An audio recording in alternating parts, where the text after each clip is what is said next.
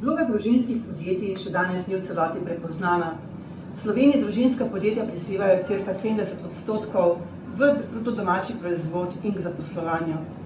Družinska podjetja igrajo zelo pomembno vlogo v svojih lokalnih skupnostih.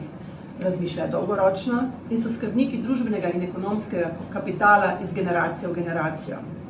Vendar pa so precej ranljiva, zlasti v fazi nasledstva med dvema generacijama, nasledstva v menedžmentu in nasledstva v lastništvu. Ustanovitelji velikokrat nimajo znanja in veščin, tudi v Sloveniji ni neke prave tradicije, kako naslednjo generacijo spraviti skozi proces nasledstva.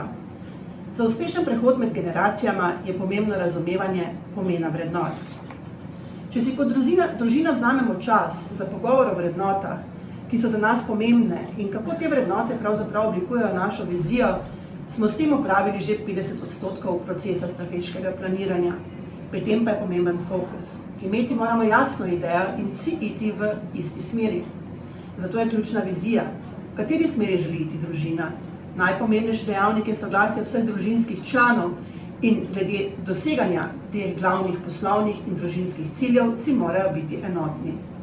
Številna družinska podjetja nimajo izdelanih planov nasledstva, ker si ustanovitelji enostavno ne želijo priznati, da je že prišel čas, ko je treba razmišljati o umiku iz podjetja in prepustiti vajeti naslednji generaciji.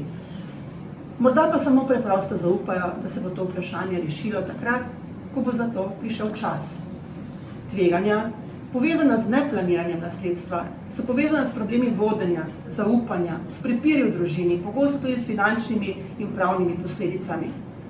Vodji družinskih podjetij je zato treba za uspešno vodenje skozi generacije opremiti s potrebnimi kompetencami in veščinami, kar bo prispevalo k večji konkurenčnosti, donosnosti, trajnosti, dolgoročni naravnanosti pravzaprav družinskih podjetij. Pomembni so podjetni skrbniki družinskih podjetij, ki razmišljajo o investicijah, kapitala in rasti prihodkov, planiranju nasledstva in tudi o upravljanju podjetja, po ugledu družinskega podjetja na dolgi rok, kot tudi o rezultatih, da podjetja uspešno krmarijo na dolgi rok. Najboljša družinska podjetja upravljajo sedanjost z investiranjem v prihodnost.